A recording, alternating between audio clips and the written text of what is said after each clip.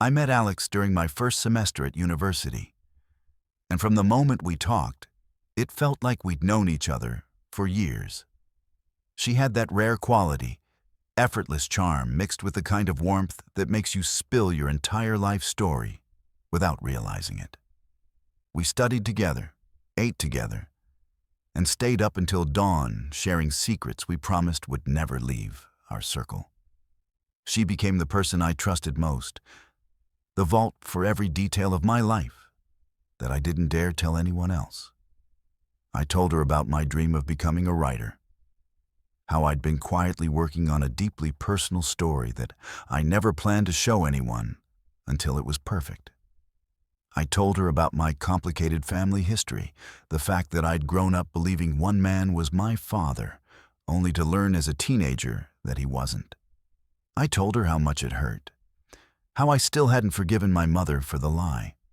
These were the kinds of things I thought would stay locked away between us forever. But over time, little cracks began to form in the trust I had built. I started noticing Alex lingering a bit too long on my laptop when I left the room, scrolling through my writing folders without asking. Once, I caught her reading one of my drafts, the one I had titled "The Man Who Wasn't There." And when I asked what she was doing, she just laughed and said she was too curious to resist. I didn't think much of it then. I brushed it off as harmless. After all, she was my best friend. What harm could she possibly do? The answer came a few weeks later. We were both at a small campus writing club meeting when, out of nowhere, Alex volunteered to read a piece she just loved. My stomach sank the moment she started speaking, because every word coming out of her mouth was mine.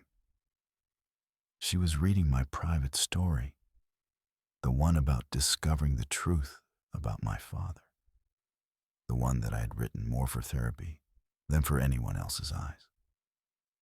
Hearing my pain being spoken aloud to a room of strangers was like being stripped in public. I sat there frozen, cheeks burning, too stunned to even stop her. When she finished, people clapped. Some even complimented her bravery. I could barely breathe. Afterwards, she brushed off my anger. "I just thought it was beautiful," she said. "You should be proud people heard it." I wanted to believe it was a misunderstanding, but that night, I noticed something that broke me completely. Someone had posted parts of my story on social media, word for word. The captions were mocking, the comments ruthless. And I knew, deep down, Alex was the only one who could have shared it. When I confronted her, she denied everything with a smirk, saying I was being dramatic, and maybe someone else had found it. But behind her eyes, I saw it. The thrill of control, of knowing she had something that could hurt me. That's when the shift happened inside me. I wasn't going to cry in a corner while she wore her smile like armor. No, I was going to take that smile away. Alex had her own secrets, though she tried hard to hide them. I'd noticed her making late-night calls to someone she never talked about in daylight. Once, after too many drinks, she hinted about a situation in her hometown, something that could destroy her if it ever got out. I never pressed her. Until now. I started asking gentle questions, piecing together fragments. I didn't need the whole truth, I just needed enough to make her nervous. I began talking to people in our shared circles, not telling them outright, but dropping carefully chosen words.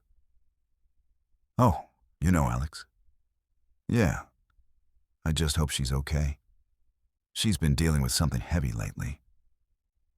That was all it took for curiosity to bloom like wildfire. She noticed the whispers, the sideways glances, the sudden coolness in people's voices. The more she tried to joke it off, the more obvious it became that something was wrong. She called me one night, her voice shaking.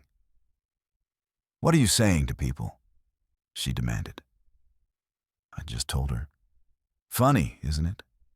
How fast trust disappears. Then I hung up. From that moment on, I watched her carefully. The bright, magnetic girl who once held a room's attention now avoided eye contact.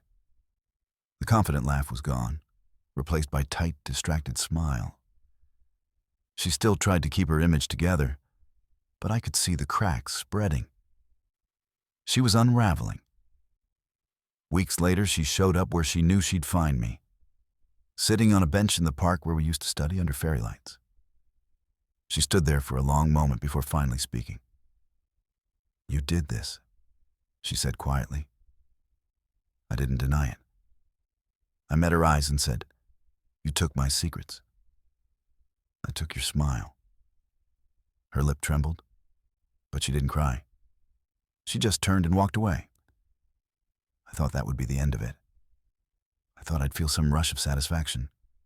But instead, there was this strange emptiness. Maybe I had become what I hated. Maybe that was the point. Months passed. I moved on, buried myself in my writing again, even started sharing pieces online under a pen name. Then, one evening, I got an anonymous email with a subject line that made my stomach drop. "I know what you did." Attached was a single document, my entire revenge, written out in chilling detail. Every conversation I'd started, every seed I'd planted, every person I'd whispered to. At the bottom was a note. "Consider us even."